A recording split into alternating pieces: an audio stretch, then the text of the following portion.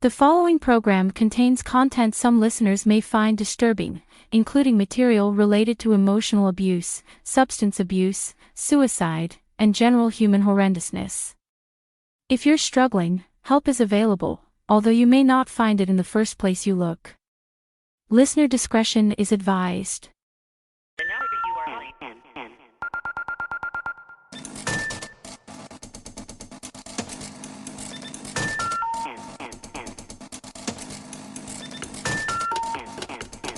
Emerson Dameron's Medicated Minutes is LA's #1 avant-garde personal development program. Medicated-minutes.com. Episodes premiere first Wednesdays of the month, 7 o'clock p.m. on KCHUNG, Los Angeles, 16:30 a.m. KCHUNGradio.org. I am Emerson Dameron, the writer, producer, host at all for Emerson Dameron's Medicated Minutes. I love you personally. Levity saves lives. This life right here is all you get. The meek inherit nothing. There's nothing to look forward to after this. If you repeat the cycle, you will do so likely with no conscious memory of who you are now or most of the things you experienced. So, if you're gonna experience it, get it done. Do it to it. Like we always do about this time, the present moment, where the action is the time you are alive. Expand your tastes. People with narrow tastes have no idea what they're missing. There's a good chance that there's stuff out there that you have always wanted to experience, that if you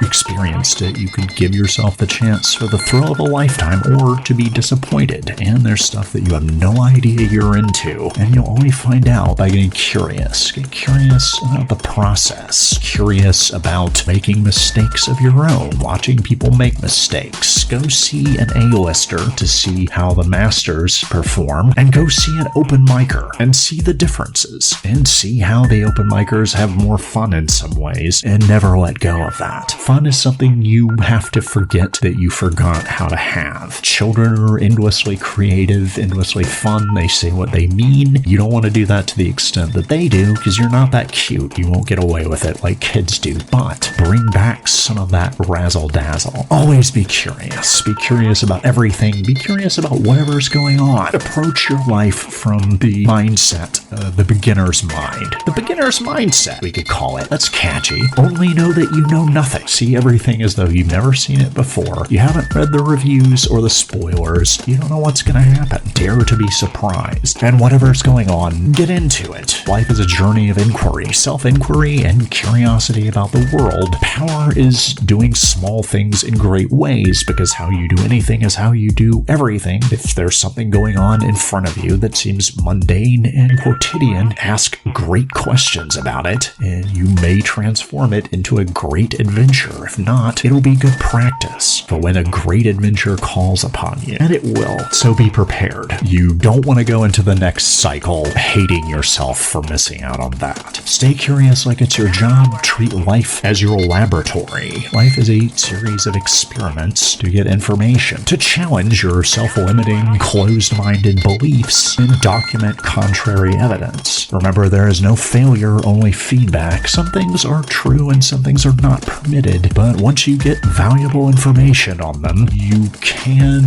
iterate and innovate and manipulate in some cases. You can't recreate your experience, but you can alter its DNA and change it fundamentally, and you can change your past. The past is a story that you tell yourself to explain how you got where you are now. Change where you are now. Change your own history by completely revamping the context. Sometimes you just have to think about it differently, at least at first. Then it'll be easier to find the great adventures that are calling your name, showing you the big flashing green lights, saying, this is a rough road, it's longer than you think it's gonna be, and at the end, there's a big old banquet. And guess who's sitting at the head of the table? Try life experiments. Always talk to strangers. Get curious about new people, introduce yourself, figure out what's going on with them, start by making a situational observation, but then notice something about that person. It could be something obvious, some flashing button on their chest, or a cold read. Just Take a guess. You seem like you might be from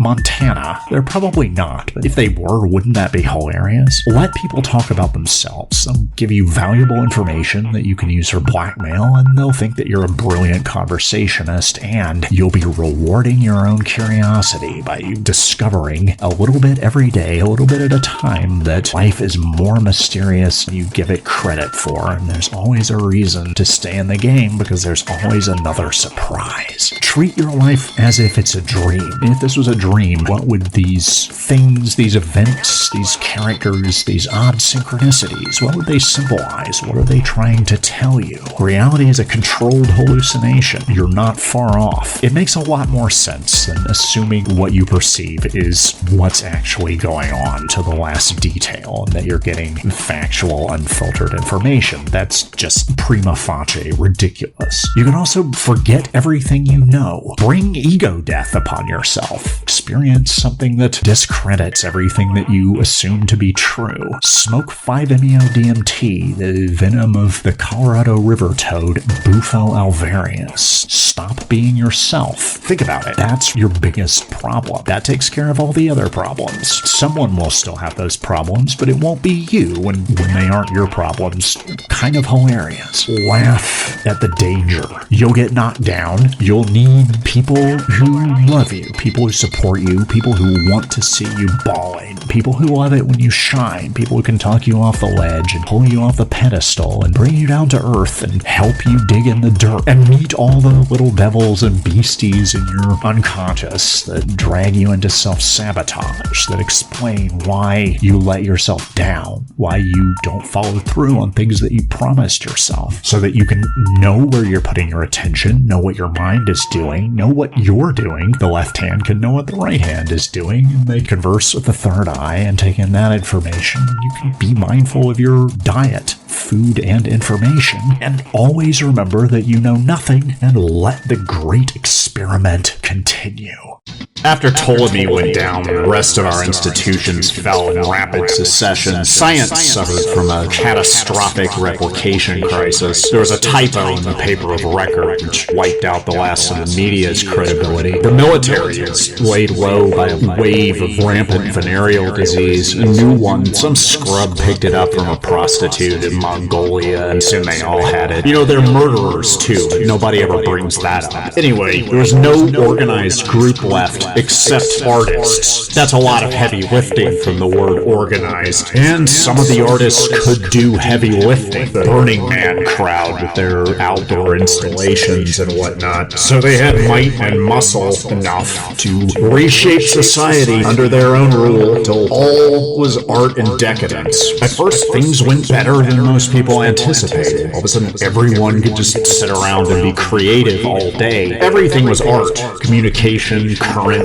there's our lingua franca, our stock and trade. Art was everything, and everything was art. Eventually, things started to go wrong. The kind of logistical and engineering and plumbing problems that you might expect. Much of society was plunged into poverty and chaos. We needed catharsis. We needed really good art from people with skill and talent, whatever that is. You can dismiss it. It's like charisma. It's undeniable up close, and you want it to be around when you need it. There was good, purgative art that came out of that period, but eventually fascism crept in. Artists have poor ideological immune systems. There was an appetite for order and structure that was promised by snobs. They were friends with a lot of celebrities, and they were always right. No one else matters. We're a bunch of neurotics. This is intoxicating to be around. The worldview does have its hazards and limitations, but the snobs rapidly consolidated their power in spite of a few internal struggles, to which most of us were kept unprivy. The snobs presented a relatively unified front, and they had good aesthetics. They dug up some really good art from the underground that got a wider audience and took the edge off of the societal collapse that was happening for long enough for the snobs to move in and do everything correctly until they got worn out, and then put other people to work and look over their shoulders to make sure they were doing everything correctly. art was still what mattered, and a very specific sort of art was disproportionately privileged. Think of ball-swinging, sleazy 70s rock music. The kind of stuff that you might use to pump yourself up for a date that you were really insecure about by somebody who was hoping to get dommed. Confidence is easily mistaken for competence. Cracks started to show in the art society after the snobs had been in charge for a while. The national defense was something called Darvo, classic slaying of the messenger, playing the victim role themselves, complaining that they were misunderstood, that their interest in professional wrestling was more pure than anything else in this corrupted world, and y'all just ain't ready for it.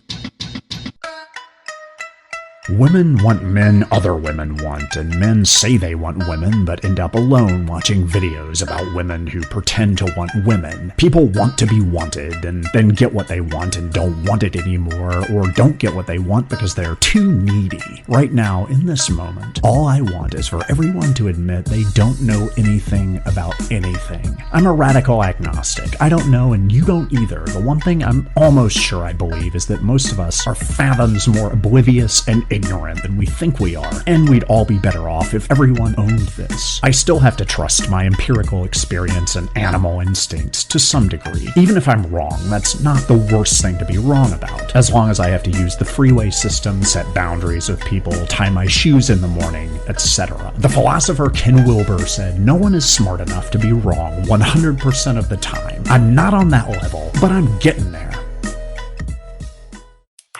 You were born to be a leader, but you're not a real leader until you have followers. Here's how to get them. When recruiting, be selective. Your ideal follower is a quick study, dumber than you, but smart enough. It's not worth the trouble to be a leader of idiots. Lead with confidence, authority, and mixed signals. Don't give people what they say they want. Give them what they really want, which you may have noticed is to be told what to do when intermittently thrown off balance. Make them feel special. Your followers are changing the world, and they can stay special until they screw you over. If everyone likes you, no one loves you, and no one takes you seriously. So be polarizing. Be the kind of leader only you can be. Pick your weirdest quality and lead with that. Haters will hate, but it'll be easy to shake it off because your followers will want to simultaneously be you and screw you, which they can totally do in the glorious quantum afterlife you promise them.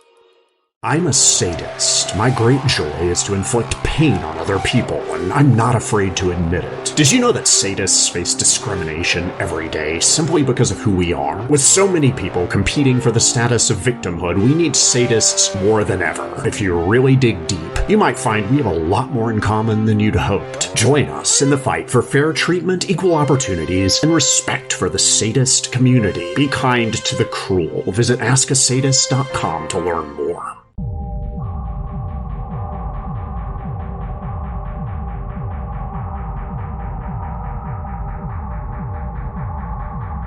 Ask a Sadist, a round of Q&A with me, LA's most feared agony columnist, and a sadist with a heart of rugged gold. I like to hurt people in the ways that most help them, and it means the world to me. You let me be mean to you. Dear Sadist, I started seeing my new boyfriend a month ago. It may just be the afterglow talking, but I really like this guy. Our sex has been great, if a little bland for my tastes, and we're super compatible. Recently, he told me that his lifelong dream is to have sex and then get severely beaten by the partner. He wants me to do the honors. I'm thrilled that we're finally getting kinky up in here. I've never been in a fight, or even played sports. How do you beat up a person without doing real damage? There's an anecdote from the making of one of the Rocky movies, possibly apocryphal, but true enough to support my thesis. Sylvester Stallone asked Dolph Lundgren to really hit him. Dolph Lundgren is a professional fighter. Stallone is an actor. Quite an interesting one. The stories behind the making of First Blood are fascinating. Stallone was offered a princely sum for the script for that film and said that he would not sell the script unless he was going to star in it. Put his foot down, turned down tons of money. Is now internationally known as an actor, in a sense. Lundgren beats up people for a living, and he gave Sly what he wanted. Sly was the main person on that film, and he promptly put him in the hospital for a couple of days because Stallone didn't know what he was signing up for. Your boyfriend wants you to beat him up.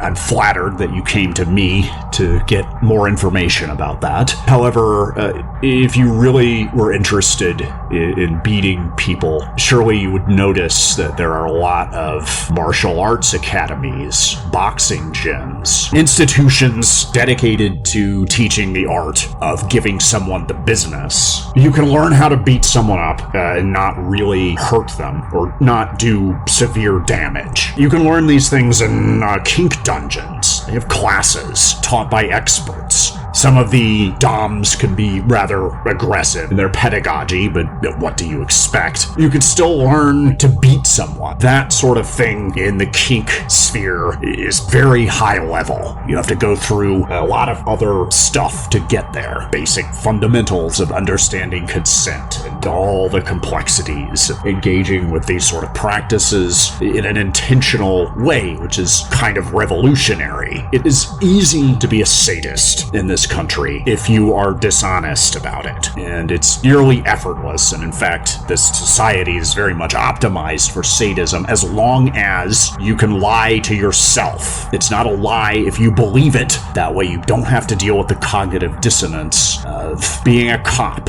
or a dentist or a bill collector and also supporting the farce of conventional morality. You can have it both ways as long as you don't know that you're having it both ways. It's a cruel world, but so much of it is sublimated, which I think is so dangerous. And I think that rough sex can save the world. What I'm getting at here, you've been seeing this man for a month. He's lucky to have found someone who is enthusiastic about this to the point where they didn't ask him why. Or maybe you did, and his answer was acceptable. But if you didn't, that's remarkable and noteworthy. And I would think about why you want to beat up this man. If it's not on your yes list, if it's a maybe, I would consider doubling up, finding something on his maybe list that's on your yes list, and seeing if he wants to do that. Beating someone up without doing damage is a serious undertaking. I could not describe myself as an amateur in that field at this point, in the pejorative sense that the term is usually intended. However, you could pay me $1 billion a year to inflict pain on people, and I would still be in it for the love of the game. And you have to love it to get good at it. It takes a long time. It takes a lot of practice. It's not the kind of thing that you can practice in the skate park on Venice Beach, unless you're very slick about it. It's a calling, almost. You have to be devoted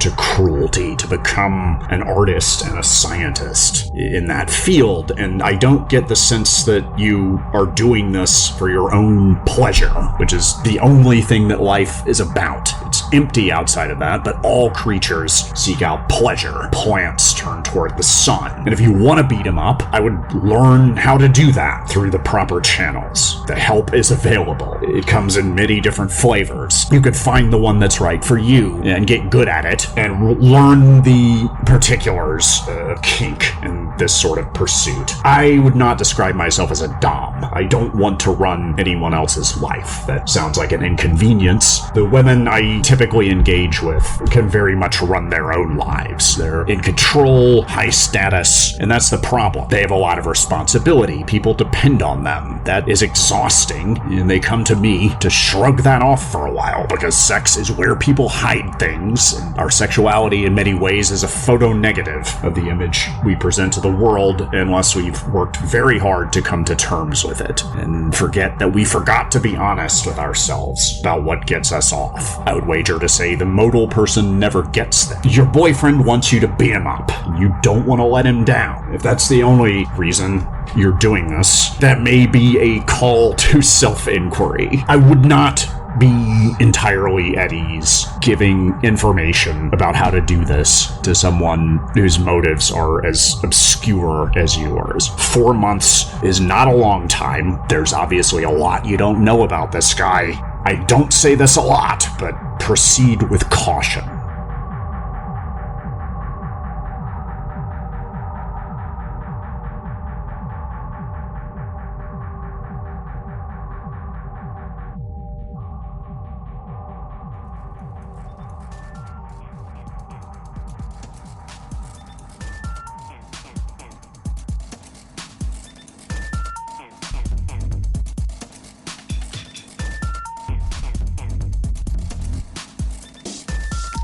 Life as a grown-ass grown-up is about having the right friends and also about having the right enemies. Break bread with masters, beef mostly with masters, the occasional uncategorizable, myopic, blowhard, delusion, casualty. If they start it, you can finish it. They tangle with you, make an example of them. Other than that, the company you keep, your inner chambers, should consist of masters, peers, not unlike yourself. However, you are going to need goons, minions, automatrons, slaves. You're going to need a lot more of them than there are masters. And so, create them. You need to figure out how to commandeer, how to cannibalize people for your purposes. Process is pretty simple. One thing to keep in mind, do not make threats. That is a sign of weakness. Do not make them directly. All threats should be implied. You have the meta bomb. You are able to maim, to kill, to badly disappoint, to wreck shop with the right combination of insight and compassion applied with the right focus, with surgical precision. Make sure that they know that. Make sure to let them know that you have the meta bomb, that you are at peace with your own capacity for violence, the thing that gives weight, force, meaning to your survival instinct, and the marching orders that you dispense. Let them know that you got it. Let them know that you know that they know that you have it, but you don't have to bring it up directly. The shadow, the implication is more than sufficient. What you want to do when you encounter a new person, a likely prospect, and if they're not a likely prospect, just practice. Practice on anyone. Anyone who seems like easy to medium strength pickings. Be curious. Find out their name. Find out where they fall in the taxonomy that we discussed. Make an educated guess, at least. Hone your intuition about people. Be genuinely curious. Listen. Use their name. More than anything else, let them talk about themselves. You should be something of a cryptic enigma. You should be not a blank, not a cipher, certainly not unengaging, mysterious. Sufficiently insufficient in terms of what they know to handle their to be a screen for whatever psychological projections they might have a psychological need to project. This has several advantages. If you let people talk about themselves and refrain from interjecting with stuff that's not about them, so that the whole conversation is about them, invariably, that person will think that you are a brilliant conversationalist, and you can determine how you can help. What keeps them up at night? How can you help them solve their problems? What resources can you provide? When you figure this out conclusively enough, provide that, and do so with no immediate expectation of anything in return. No reciprocity, no favor trading, no nothing. Continue to provide those resources, and do so intermittently. The process of dispensing the rewards and punishment, both through deprivation and shame, should be pseudo-random, not entirely random. Look into how video game designers deal with this. Things that appear to be left up to chance are in fact carefully designed to simulate what the player thinks chance is like, rather than actual chance, which could involve flipping a coin 50 times and getting tails every time. They're going to lose interest. Reward compliance, punish insubordination, but not every time. If you come through every time, they take you for granted. If you stop coming through at all, it's completely unreliable. They get bored or they find another supply. Unless you have a monopoly, which eventually you should. This is how you get there. So listen carefully. It's a delicate balance. It varies from case to case. You will learn this in part by screwing it up. So have self-compassion and don't screw up the same way more than once. We've talked about this. It's extremely frustrating to me. You have to go over these things repeatedly. You pass the quiz. You're not dumb. You're one of the most not dumb people on the staff, and yet screw up repeatedly in the same ways. You know better. It's like you're screwing up to get attention. Oh, I'm so clumsy. Help me. I can't help myself. I'm not an adult. If this happens again, you're going to write another 3-page essay about where your life went wrong, and you are going to give a sincere and meaningful apology for wasting my time, and by proxy, wasting the time of the other people I could have been helping, or hypnotizing, or enslaving. For now, follow this process exactly. Repeat to me exactly what I said, step by step, preferably verbatim, including the ums and ahs and the verbal tics. Do that. Don't get creative until you've earned the right to do so. I see that look on your face. You are not going to quit on me. You are not going to threaten to quit on me. If you're going to quit, just quit. You're just riding my sack when you do that. Anyway, you can't quit. The experiment requires that you continue. You know this.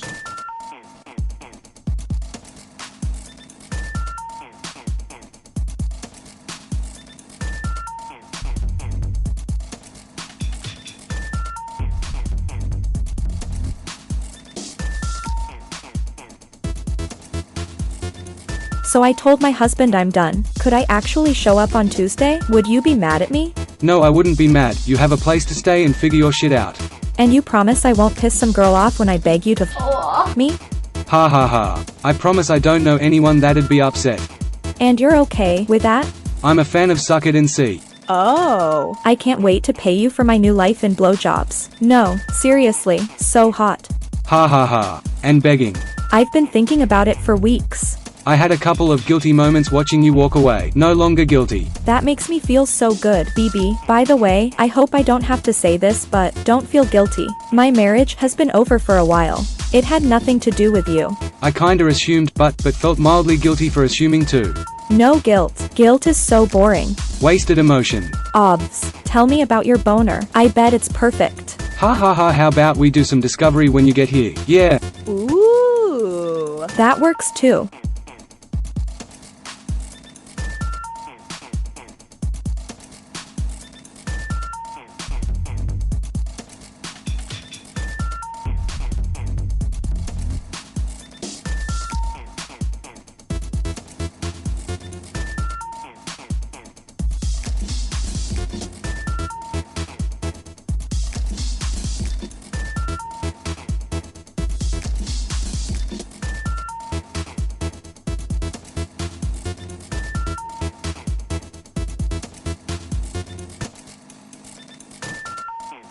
By now, you know all the benefits of meditation. Do you know you could use it to get literally anything you want? That's especially true if what you want is to own your innate capacity for violence and use kindness and insight to absolutely destroy everything that blocks, frustrates, or annoys you. That's right, kindness and insight can be transmuted into destruction. Used to be a good person and a smart person. What good did it do me? Not a lot. Not until I figured out how to channel it into to blast her around the world and drop a meta bomb on this pathetic excuse for a reality. The issue is crucial. The world is full of betrayal, disrespect. People treat you like garbage. Is it because you are garbage? Maybe you need to take out the garbage. Maybe they're garbage. There's only one answer. Blast them with a meta bomb. Give people the punishments they deserve. Punishments they fit the crime. If you're rough on another person, the world should be rough on you. Face the wrath of Poseidon. Have a plan. Have a vision. And you drop a meta bomb. There are going to be surprises, but control what you can control. You can control a lot when you can drop a meta bomb on the world. You are what you do every day. Don't kill people every day. You don't want to be a murderer. Unless you kill people every day, you're not. You want to meditate hard, brutally.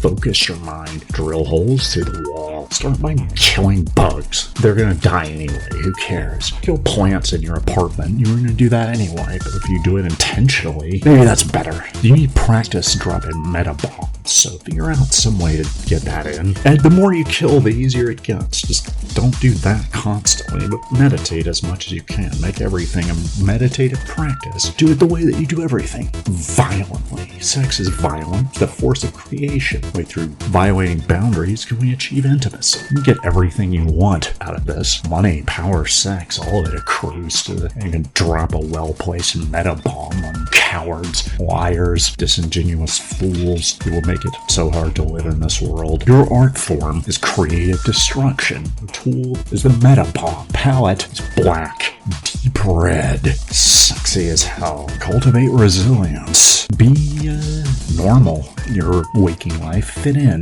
Be an absolute killer. Private. Meditation is also the best way to absolutely annihilate your emotions. Emotions last for 90 seconds until you start telling yourself stories about them. To hell with that. Let the critics decide who you are. Brutally strangle your emotions. Kill them dead. You know what? Put a little self-compassion. You can do that by annihilating your own weakness. Carve the block that is you. Make a beautiful statue. Create yourself. You are your finest creation. Creative destruction is how you got started. Destructive creation is what comes next. Build supportive relationships with other brutal, stone-cold killers. You'll find them. At some point, your reputation will precede you. Sure, you can make that happen by taking action. Put your name out there. Put your signature out there. Shake the ground in a way that only you can. Trademark meta bombs you drop when you're taking action every day. You can overcome the natural frustration of living in this world, being surrounded by fools, cowards, liars, scum. Take out the garbage. You probably have too many friends.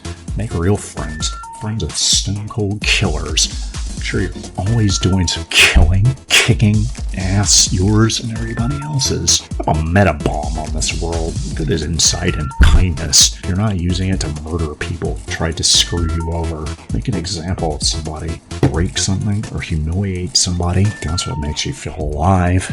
Sex is violent. Sex is God, first of all. It's the force of creation itself. Sex is violent. It has to be. It's transgression. Crossing boundaries, and you're breaking taboos and friction. Looking for violation. Kill your limiting beliefs. Exterminate anxiety. Destroy low self-esteem. Obliterate it. Annihilate it. Visualize total annihilation. Kill your feelings. Murder your emotions with meditation. Learn to kill with kindness. Treat people well. So well that it drives them absolutely insane. Read the killer inside me. Learn how to nice people to death. The boredom of niceness. Kindness is brutal. Kindness is real. Niceness is fake. Niceness is for polite cowards. Absolutely pound, crucify, rail, destroy. Start killing today. If you don't do it now, you're not going to do it at all. You will make excuses to put this off, and you'll kick this can forever. You gotta own your power, man. You're scared of your own power. It's only going to get worse if you go in 3-second rule. Do it right now. Start killing. Kill a spider. You have unimaginable power.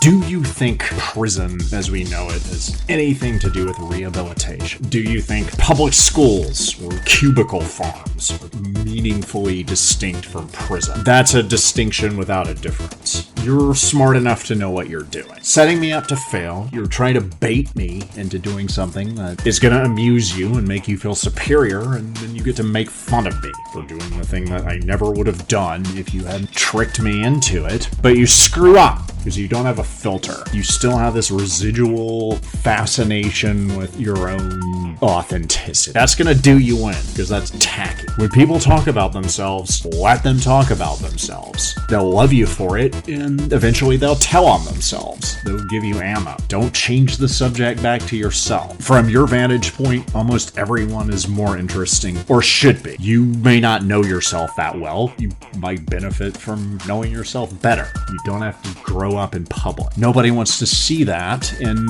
control is not a ceremony. It's baked in. It's so ubiquitous as to be largely unnoticed. You know exactly what I'm talking about. You're in love with your own intelligence, but you rely on plausible deniability. You want to play dumb, pick one. You can hold two contradictory ideas, but trying to play both of those parts is too much work for you. It's not convincing. It's not working. You're making a fool of yourself, and I made you do it. How's that for a smack on the ass? The most important ingredient is surveillance, violation of privacy, forced intimacy. It's not actively accepted. It is completely normalized to the point where it is practically invisible.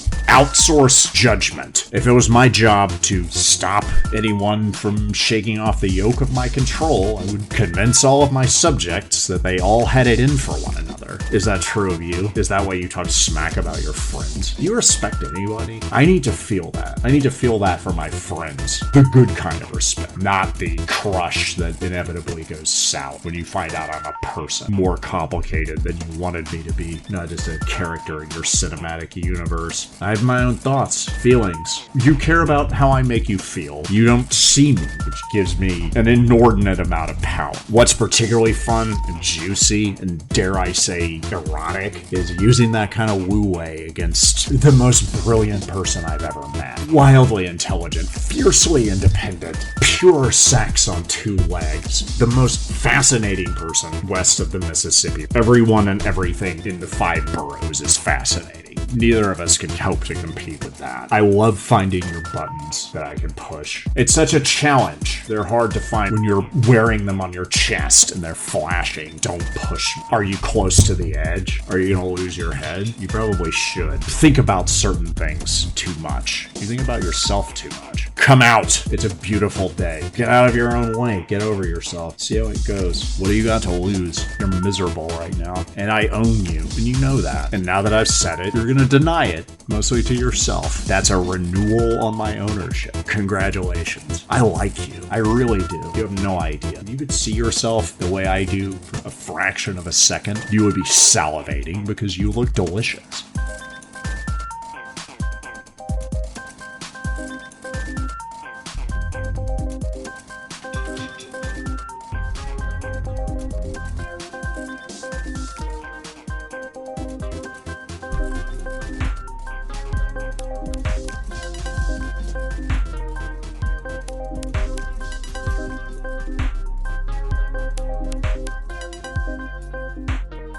Max Sinclair was a different kind of scientist. He survived the replication crisis and managed to align himself with the snobs that had taken over the government through his charisma and work that was multidisciplinary and enigmatic, so that no one person really had the qualifications to argue with him. He was running a series of interesting experiments for the government. The snobs had come up with a scale for aesthetic value. On one of their Zoom calls, somebody jokingly brought up the idea that, hey, maybe we could punish people for bad aesthetics. Like, physically punish them, like torture them, like, yeah, bitch, take that. What do you think of Led Zeppelin now, huh? Oh, you want your dignity back? Why don't you go steal it from a black person, bitch? Everyone laughed, including Sinclair, who was outranked by that member and always knew when to bring the courtesy laughter, but a light bulb went on in his remarkable brain. He sought the services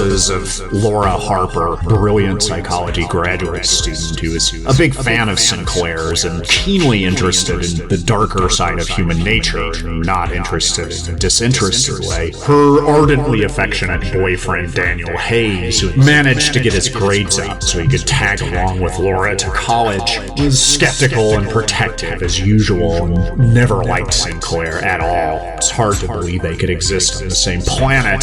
Together, Sinclair and Laura came up with an idea, leveraging a network. Prior to the rise of the Art Society, concurrent with the fall of everything else, the government had been controlled by a group that was dedicated to the cross-societal elimination of cringe. Among many other things, they installed breathalyzers in any electronic device that was connected to the internet. And before you could log up or boot on or whatever, you had to blow just high enough to be witty, but not high enough to make an ass of yourself. It's a fine line. That's one of the factors that led to the fall of that government. Point being, the breathalyzers were all connected. It was a system with very few holes in it, because when things go wrong, that's cringe. And Sinclair had the idea that the same system could be just as easily used to administer electric shocks. And when people expressed bad opinions about aesthetics, or put bad art out there for unwitting consumers to stumble on, they could be tortured for that. Somebody would have to administer the shocks.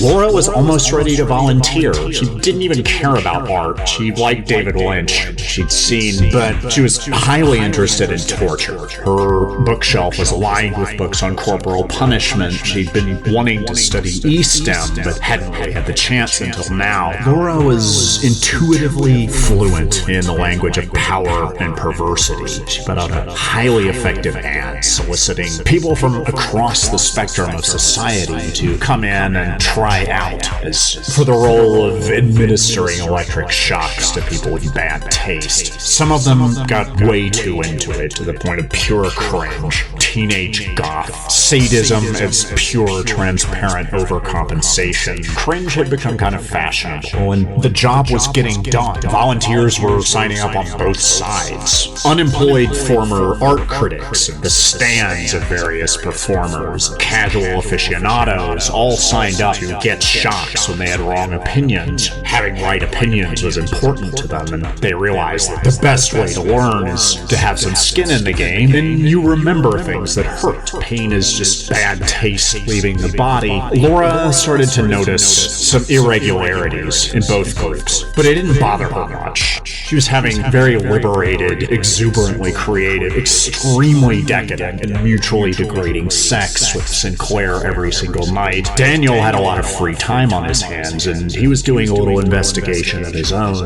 After Laura figures it out, it's hard for her to believe she couldn't see it before. This study is self-selecting for sadists and masochists. Obviously, sadists giving the shocks and masochists taking them. Masochism can be a pretty good adaptation in a society like this, and the few non-masochists that got shuffled into the subject pool were masochists by the time it was over. If one was caught visibly enjoying the electric shocks, they switched to slime falling from overhead, like the show on Nickelodeon, and some of them didn't like that, others did. Everything is someone's fetish. Never say that you'll never be able to date again. Somebody out there has a fetish for you. Anyway, the study did not work with vanilla types. Those giving the shocks were disgusted with themselves, and the ones taking them finally saw through the veil of the snobs.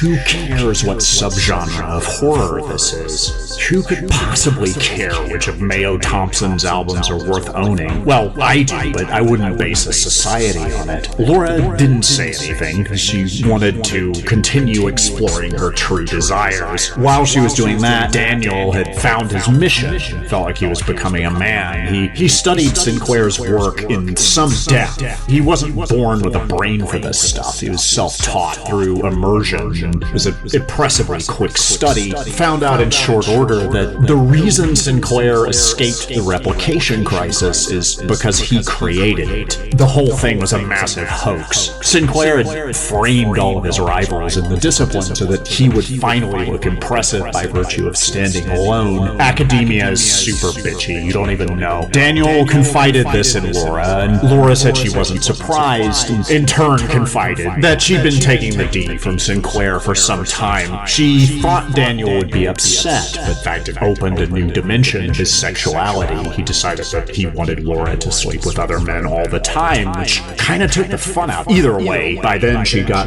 more interested in the links between sex and violence, and how unconventional beauty was truly everywhere, and anyway, what did it matter? Society was crumbling around them. The snob government was weakening. The people whose feelings they hurt were collectivizing and rising up. The artists they dismissed as hacks leveraged their suffering and got really, really good. Through her study of power dynamics, the one thing Laura emerged certain of is that power is always in flux. It takes many shapes, and by the end of it, she became kind of a prude, but not before she rode Sinclair until he fell asleep. She knew how to do, which gave Daniel a chance to sneak in. They stole some of Sinclair's papers, revealing his ruse, and he was exposed. The snobs tried to suppress it, but the media was making a hard comeback. The journalists were pissed and very drunk.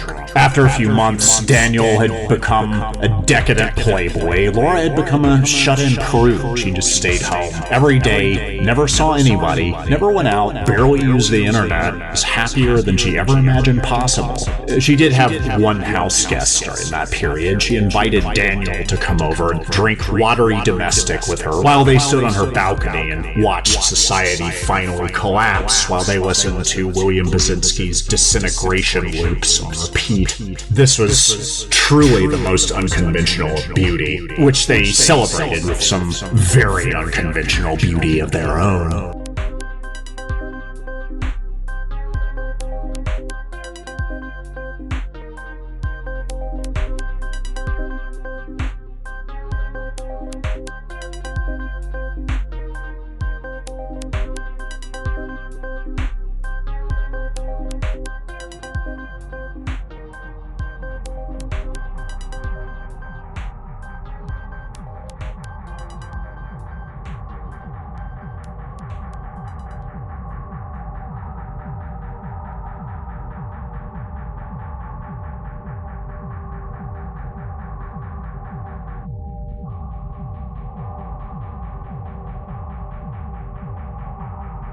Ask a Sadist lightning round, answering frequently asked questions for listeners who are not perceptive enough to read between the lines. I am, as always, a sadist with a heart of rugged gold. I like to hurt people in the ways that most help them. It means the world to me when you let me be mean to you. Dear sadist, do you support the subjugation of women? Yes, I do support the subjugation of women. I hope it goes without saying that I believe it should be optional. In an open society, people have rights. The right to the pursuit of pleasure, the only thing that makes this otherwise absurd existence worthwhile. That includes an array of free choices, some of which are not for everyone, some of which you might wish were not for anyone, but you don't get to make that call. Those rights include the liberty to be verbally and physically degraded, humiliated, flogged, bound, smacked around. For consenting adults who know what they're doing and know how to communicate, subjugation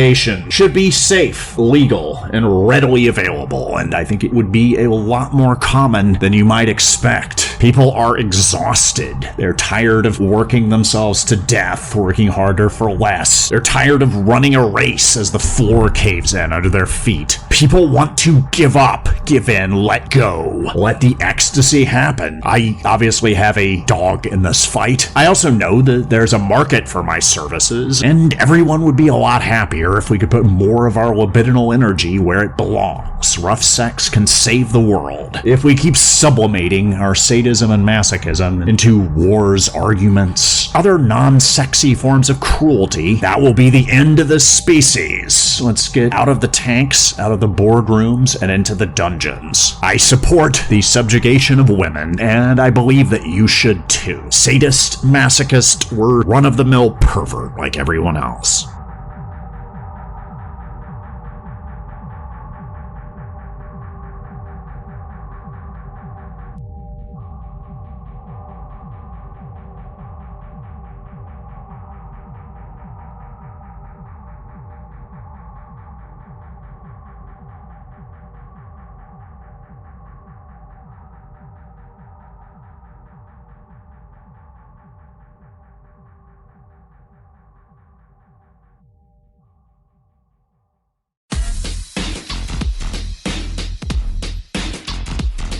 This was the year that Paul was going to save his relationship with his girlfriend, Texas. It was a New Year's resolution. It basically already happened. Full confidence, full commitment. He's all in. Meanwhile, Texas is feeling a little boxed in. She feels neglected at the same time. Like it's too close for comfort. She needs space, but more than that, she needs to be loved. Wanting space is sour grapes. She doesn't even know if she wants this relationship back, but she's not feeling good about herself, and she wishes someone would do something about that. She runs in different circles from Paul. She makes good friends with one of her frenemies' exes, Braden Young. Calls himself Young Braden, but people don't enjoy humoring him about that. He's a graffiti artist, gets tickets written to him, and has eclectic, expensive, particular drug habits. He's a connoisseur of altered states. He runs a dirtbag left Twitter account specializing in ironic misogyny and anti-Semitism. He reads a lot of red pill stuff too. to. It hasn't got much of an audience, but give it time. It's funny stuff. He's really an optimist at heart, just like screwing with people, because that's what most of them deserve. Texas thinks Braden Young would be a good friend for Paul. They complement each other in a lot of ways. Compliment with an E,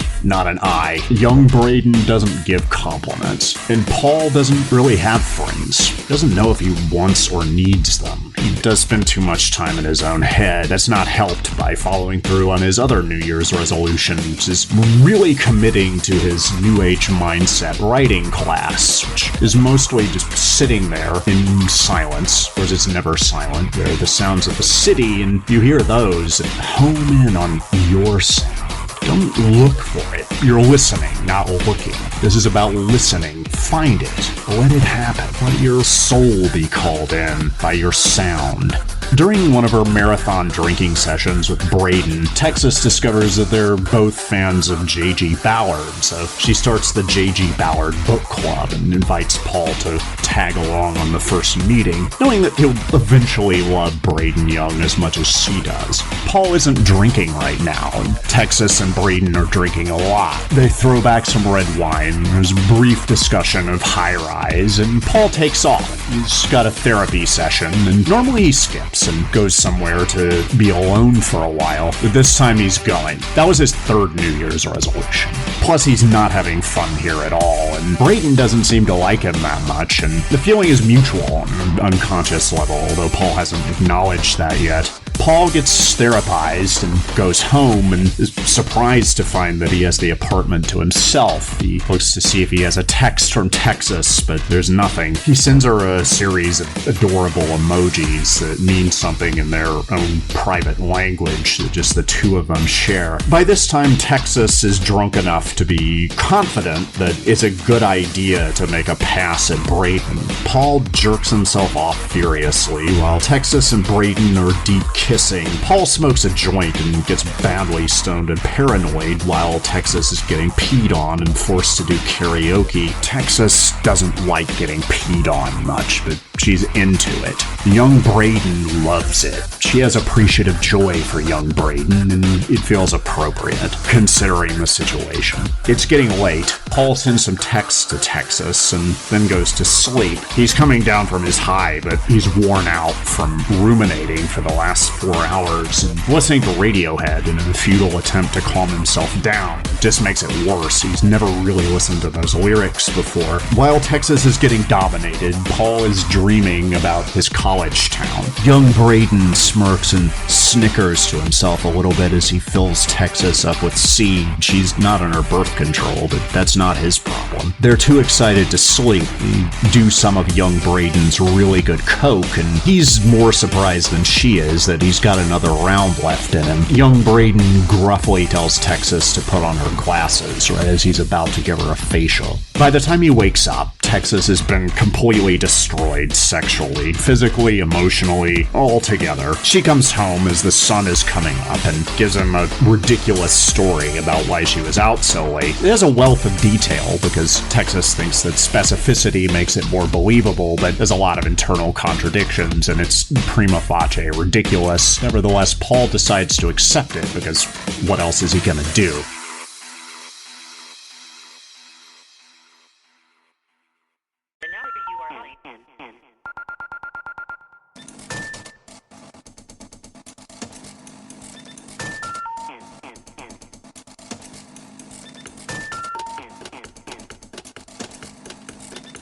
This had been my year. I don't know if it's been anybody's year. It's not all about me. I'm not special. I have been depressed, broke, and as of a few months ago, out of work. And what I've discovered is that nobody cares as long as you don't let them in. I may be a miserable bastard, but I'm not going to drag you into it. And that's why the correct attachment style is avoidant. But I have been at want for money, and I needed a windfall a few months ago, so I liquidated my most valuable asset. I sold my car. And I convinced myself that I wasn't gonna miss it. Emerson, you never leave Venice, you barely leave the house. The only time you really drive this thing is to move it across the street for cleaning. Cars are for people with jobs and friends. Theoretically, you could have those one day, but realistically, what are the odds? You make some good points. And also, the car is a relic of my marriage. I bought it with my then wife. It's been said that when a relationship dies, a language dies with it. All the inside jokes, IP that you built up through joint world building, all gone, dead. If you're lucky, it might just hang around to torment you.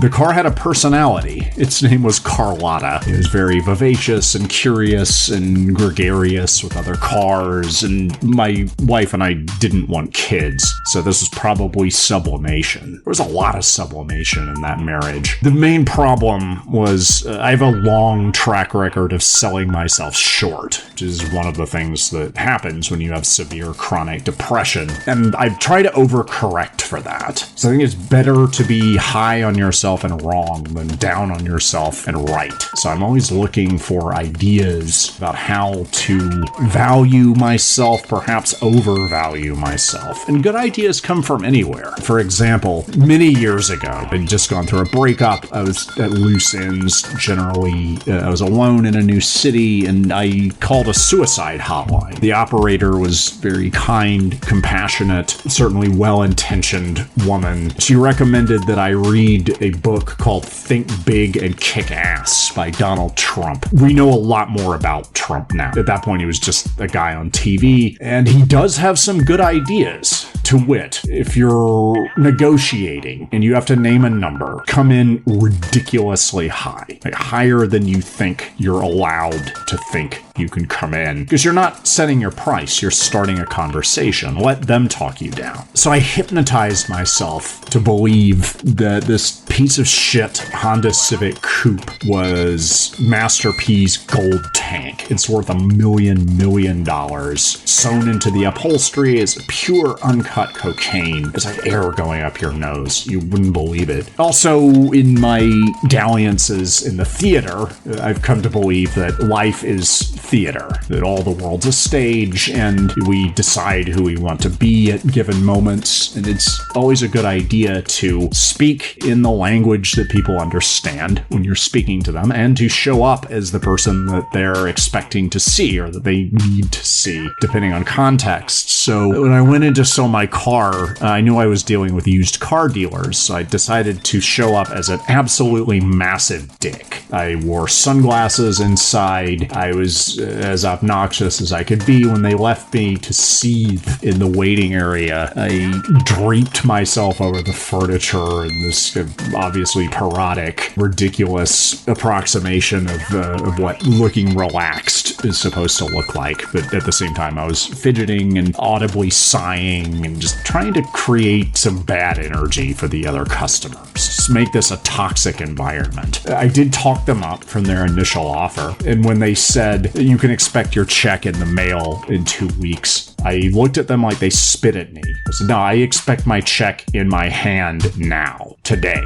I can send you the car in the mail in 2 weeks, break it down and send the parts, postage due, separate packages. So they cut me a check. They were delighted to see me go, and went out and hailed my first Uber as a carless Angelino. The driver was very chatty. When people want to talk about themselves, I like to just let them do it. They end up thinking that I'm a brilliant conversationist, and sometimes I get valuable information about them. This guy had this kind of patrician outlook on life. He started talking about the homeless situation, which the entire city of LA is a mnemonic device to remind you that that issue exists. It was not a great topic. I felt closer to the homeless recently than I do to functional citizens, which is obviously how this guy saw himself. He was talking about all the people in his life that can't really hack it as adults, and how he has to step in and fix everything for them. And I remember thinking thinking that my life felt more out of control than usual. My life is always out of my control. Everyone's is, but it just felt more out of reach than usual. And I was reminded of an Uber ride that I took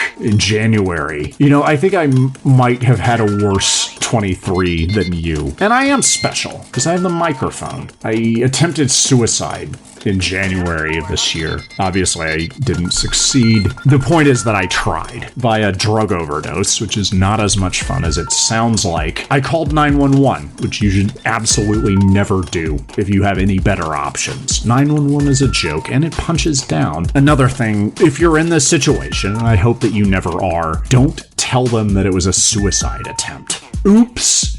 I goofed. No more speedballs for me. If you tell them the truth, you're going in the psych ward. And in this case, not only was the psych ward full, but the hospital itself was full. And so I spent the whole night on a stretcher in a hallway. Utter chaos. Half the people were screaming and crying. The other half were yelling at them to shut up. This was not good for my mental state. I needed to get out of here. And I just did a tap dancing act all night long, doing everything I could think of, pulling out all the stops to convince them to let me go home, which eventually they did. And I rode home in an Uber at 8 o'clock in the morning as everyone else was going to work. I didn't have any shoes because in the hubbub of my botched suicide attempt, I'd forgotten to put on shoes. I will say this, at least this driver was not chatty. Keshung. Los Angeles. 16:30 am keshungradio.org. Emerson Dameron as Medicated Minute. Medicated-minute.com. Levity Saves Lives. He's a present, patient, and passionate lover, and a voracious listener, discerning the ways to degrade you that'll make you feel great about yourself. His dry wit brings levity to those and the other indignities of life. He knows when things are too serious to take seriously. He hits the spot, but won't blow up your spot. Hook up with Emerson Dameron this week and make memories you'll never tell your subsequent partners about. With Emerson Dameron, fun comes first, and so do you.